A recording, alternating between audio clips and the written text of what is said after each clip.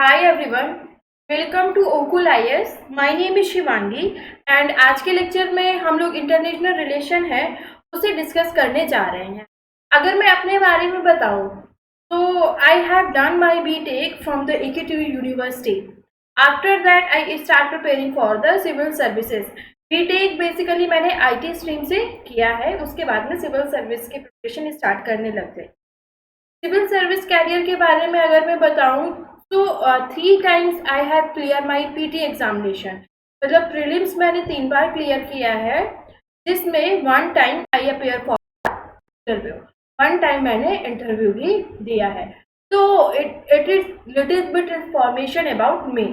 Okay, तो अब हम लोग मूव करते हैं अपने टॉपिक के टूवर्ड्स। हमारा जो टॉपिक है that is a international relation, उसे हम लोग डिस्कस करते हैं।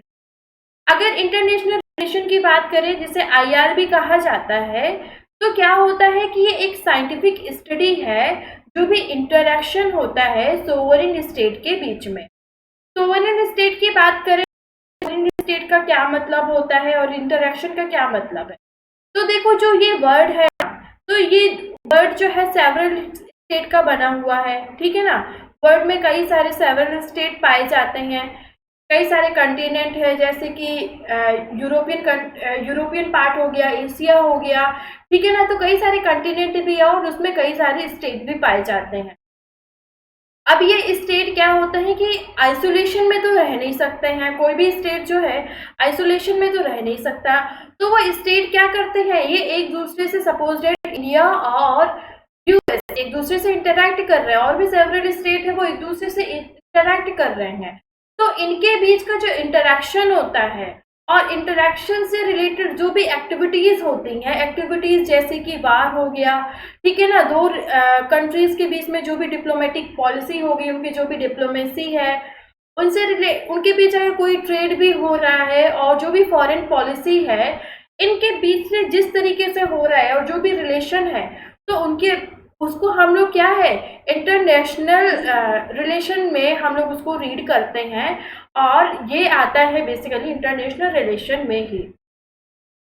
इंटरनेशनल रिलेशन में इंटरनेशनल ऑर्गेनाइजेशंस भी आती हैं, कुछ इंटर गवर्नमेंटल ऑर्गेनाइजेशंस भी आते हैं, और कुछ इंटरनेशनल नॉन गवर्नमेंटल ऑर्गेनाइजेशन आती हैं, इंटरनेशनल लीगल बॉडी आती हैं, और मल्टीनेशनल कॉर्पोरेशन भी आते हैं। अगर हम इनके एग्जाम्पल की बात करें, जैसे कि यूएन हो गया, डब्ल्यूटीओ हो गया, ठीक है ना।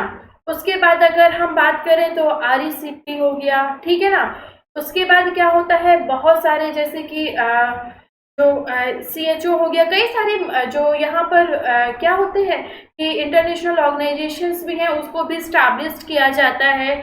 उनके डिफरेंट डिफरेंट मोटिव होते हैं। किसी का मोटिव होता है वर्ल्ड में पीस स्टैब्लिश करना, किसी का अदर होता है, किसी का ट्रेड से रिलेटेड होता है। तो जो भी आता है we will discuss about the international relation. सारी चीजें हम लोग स्टडी करेंगे।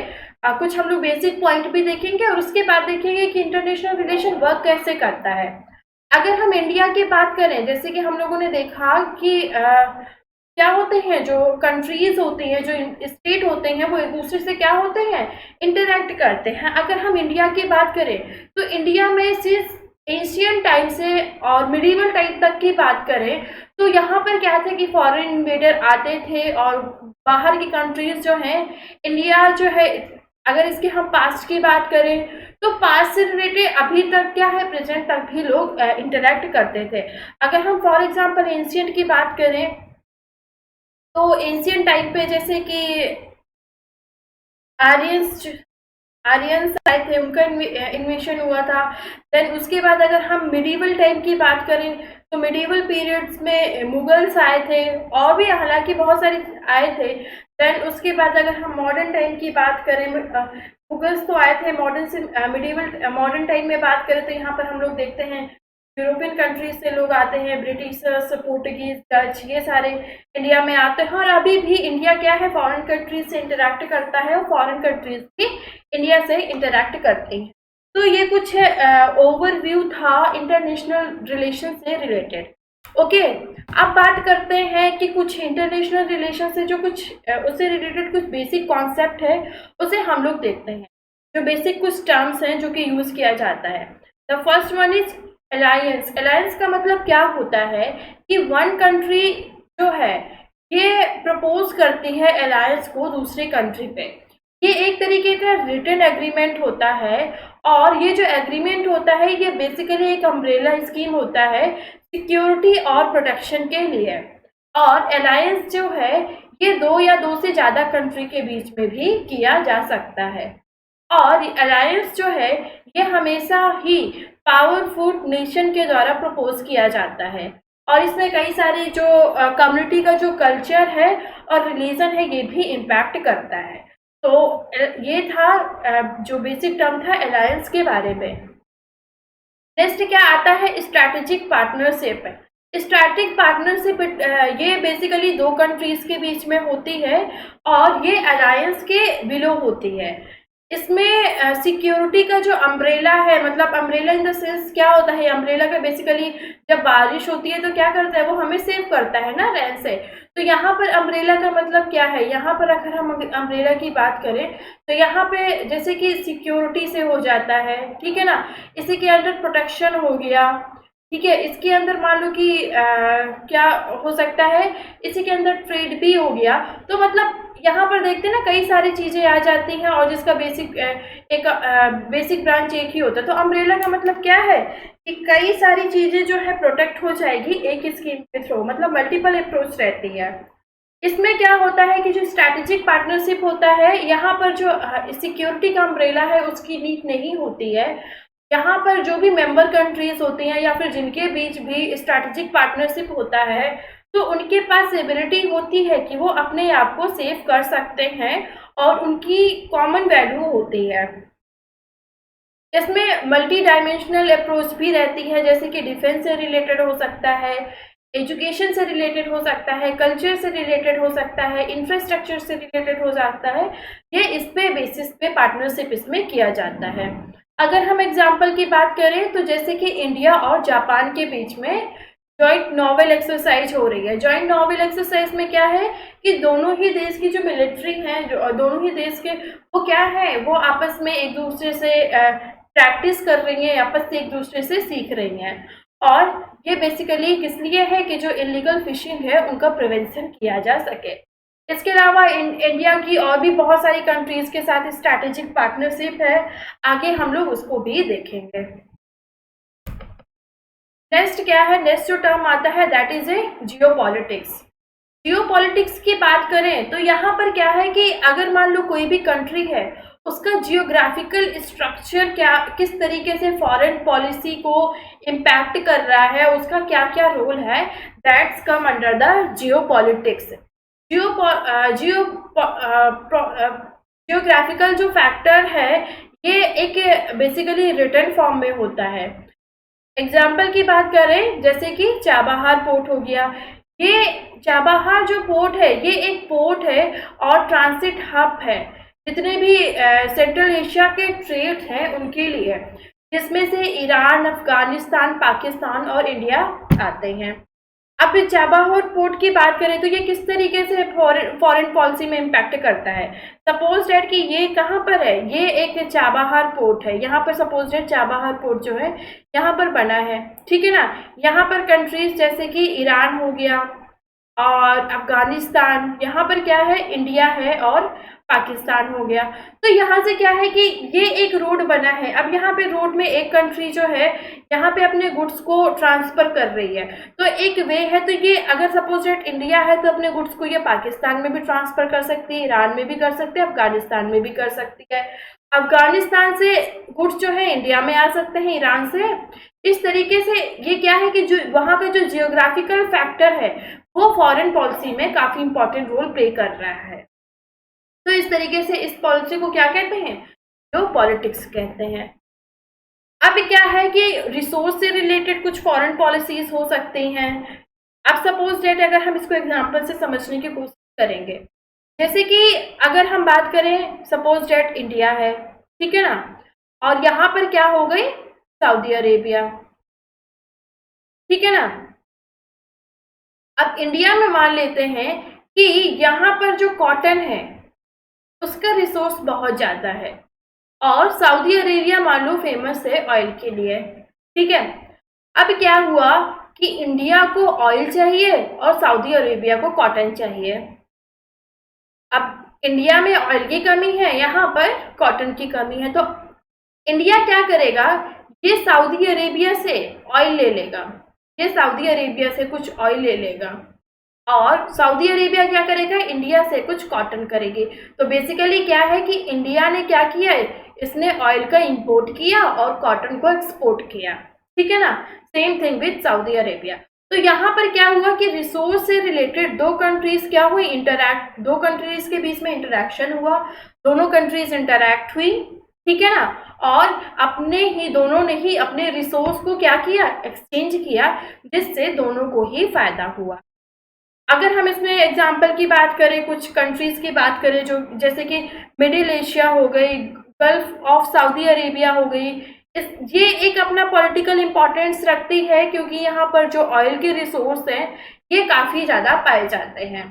कुछ कंट्रीज ऐसी हैं जहाँ पे नेचुरल रिसोर्स जो हैं, नेचुरल गैस के रिसोर्स पाए जाते हैं, जैसे कि ईरान हो गया, कतर हो गया और रशिया हो गई। तो इस तरीके से अगर कोई कंट्री है उसके पास काफ़ी रिसोर्स हैं तो रिसोर्स के एक्सचेंज के लिए भी अपना जो फॉरेन पॉलिसी है उसके लिए करते हैं। अब देखते हैं कि जो इंडिया की जो फॉरेन पॉलिसी है उसके ओवरव्यू को देखते हैं हम लोग। अब देखो क्वेश्चन ये आता है कि क्या इंडिया ने अपना जो पास्ट है उसे यूज किया है फॉरेन पॉलिसी में या फिर नहीं। तो अब देखो इंडिया का जो पास्ट है इतना ग्लोरियस पास्ट था, ठीक है ना। और अगर हम बात करें इसी कल्चर से लेके, ट्रेडिशन से लेके, काफ़ी ज़्यादा हम इंडिया का जो पास्ट है वो ग्लोरियस था। तो अब कौन सी बात है कि ऐसा तो नहीं हो सकता है कि जो इंडिया है वो अपने फॉरेन पॉलिसी का यूज ना करे, अपने पास्ट का यूज ना करे अपने फॉरेन पॉलिसी में। अब देखते हैं इंडिया ने किस तरीके से अपने पास्ट का यूज किया फॉरेन पॉलिसी में। तो first one is Ramayana.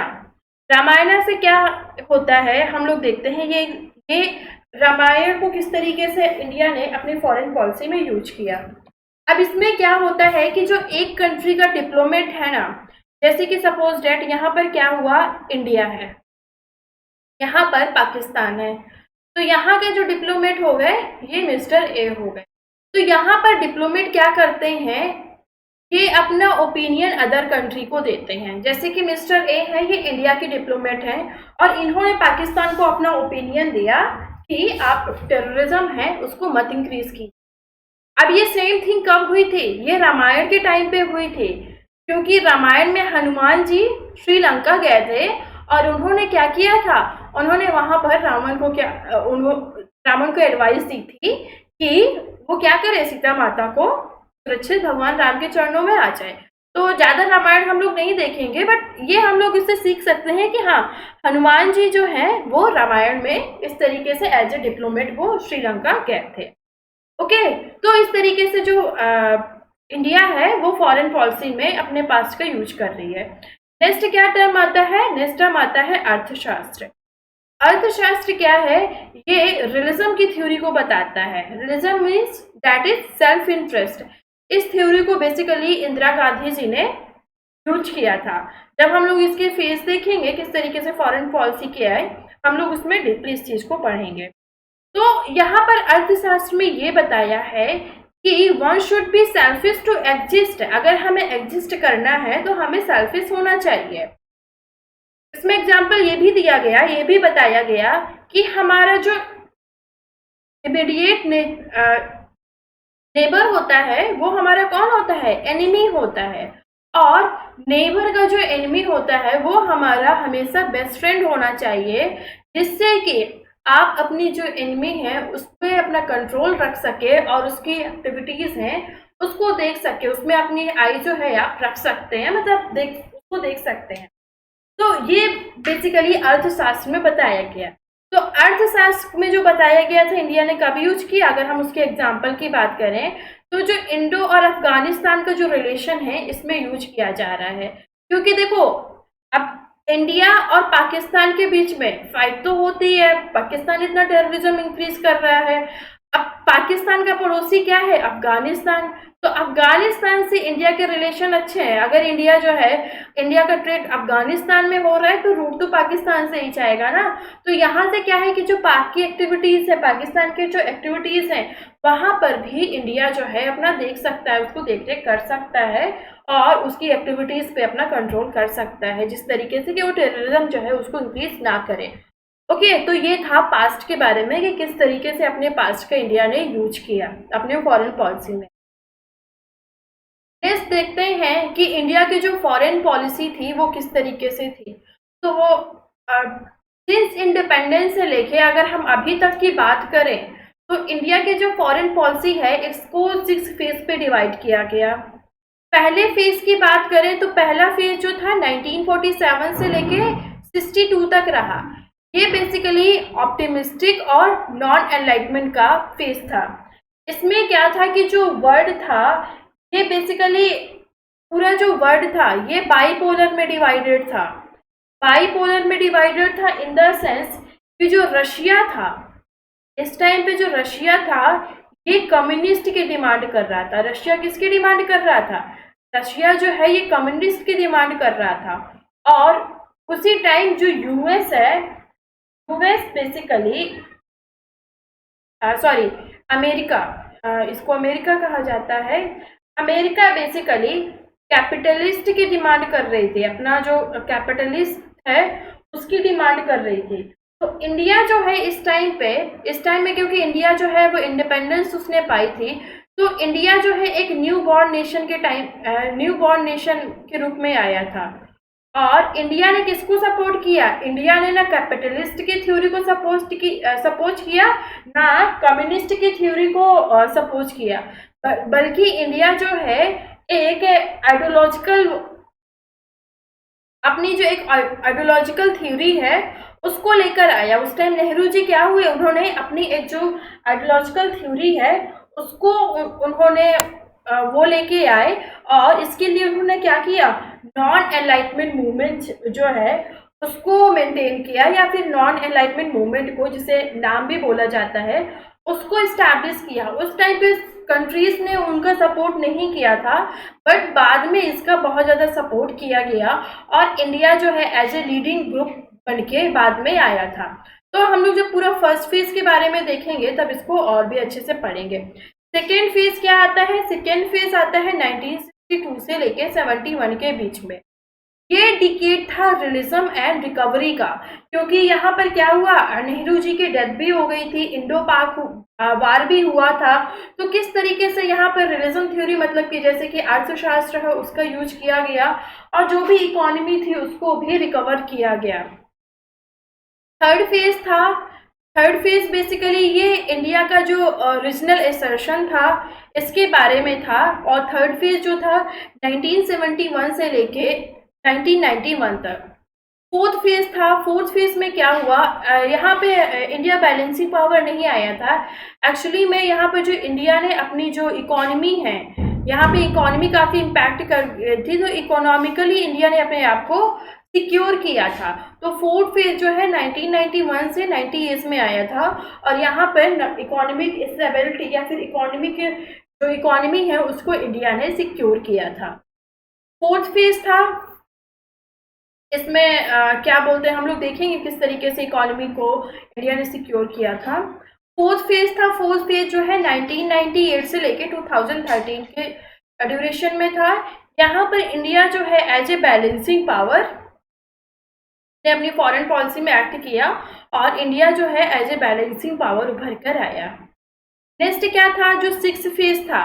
Six phase जो था 2013 से स्टार्ट हुआ और अभी तक अगर हम बात करें तो इंडिया की जो फॉरेन पॉलिसी है वो सिक्स फेज पर ही है। यहाँ पर इंडिया का एनर्जेटिक इंगेजमेंट रहा और यहाँ पे 4D मल्टीपोलैरिटी जो अप्रोच है उसको अपनाई गई। अब वन बाय वन हम लोग देखते हैं कि फर्स्ट फेज में क्या था, सेकेंड फेज में क्या था, किस तरीके से यहाँ पर जो फॉरेन पॉलिसी है वो इम्पैक्ट करती है और क्या क्या यहाँ पर रूल थे। अब यहाँ पर हम लोग इससे पहले देखते हैं कि जो हमारा आईआर पढ़ने का अप्रोच क्या रहेगा, या फिर जो फॉरेन पॉलिसी है उसके लिए डिटर्मिनेंट्स क्या रहेंगे।